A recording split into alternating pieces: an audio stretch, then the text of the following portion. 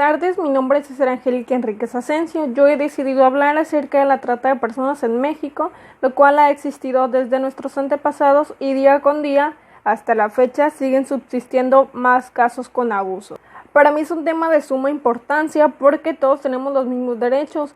Pienso que las personas deberían esforzarse por demostrar que son seres de bien y dejar en claro los valores que se nos han enseñado tanto en casa como en la escuela, brindando apoyo si en algún momento de nuestra vida se diera alguna situación de conocer a alguien que haya vivido alguna experiencia relacionada con la trata de personas.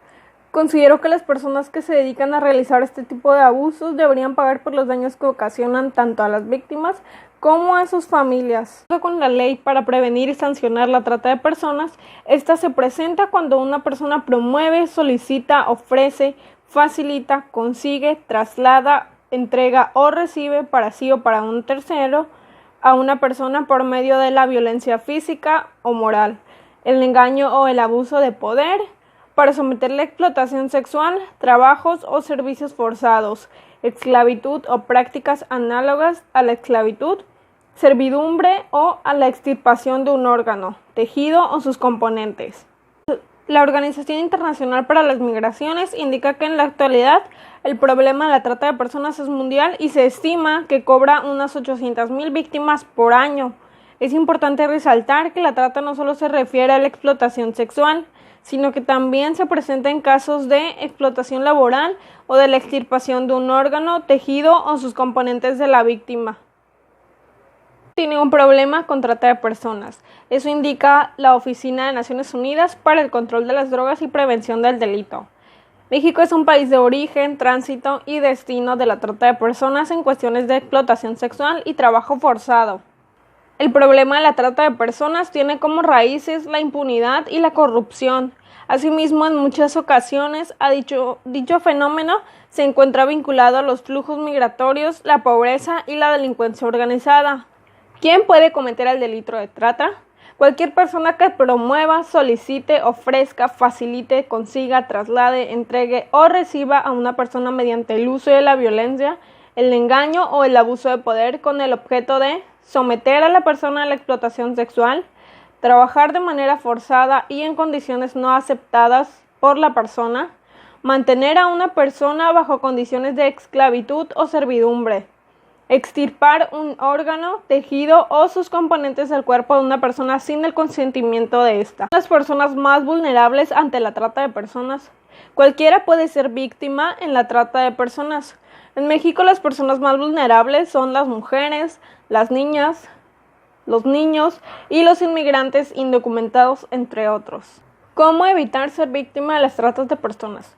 El primer paso para no ser víctima de esto es estar alertas y conscientes de los métodos que utilizan los perpetradores de este delito. Los tratantes, o sea, las personas que cometen el delito de la trata, tienen varias estrategias. Entre ellas es realizar las ofertas de trabajo que no son ciertas o lo son en parte. Hacer promesas de un empleo bien remunerado o una mejor vida. Decir que van a hacer realidad los sueños de víctimas, en este caso podrían ser mujeres, en convertirlas modelos o actrices.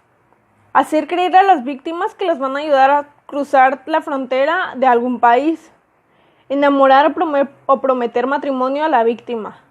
Secuestrar a la víctima. Comprar a la víctima de alguna persona e incluso a algún miembro de su propia familia. De qué manera controlan los tratantes a sus víctimas, con violencia física, psicológica o sexual, amenazándolas con denunciarlas ante las autoridades en caso de que fueran personas ilegales o indocumentadas, reteniendo sus identificaciones, documentos y o dinero, privándoles de su libertad, amenazándolas con hacer daño a sus familiares, utilizarlas al hacerles creer que tienen que trabajar por saldar alguna deuda, crear relaciones de dependencia mediante el suministro de drogas o alcohol, manipularlas utilizándolas como herramienta el sufrimiento y la culpa de estas por haber sido violadas o si han sido prostituidas o excluidas de su familia y comunidad por algún motivo.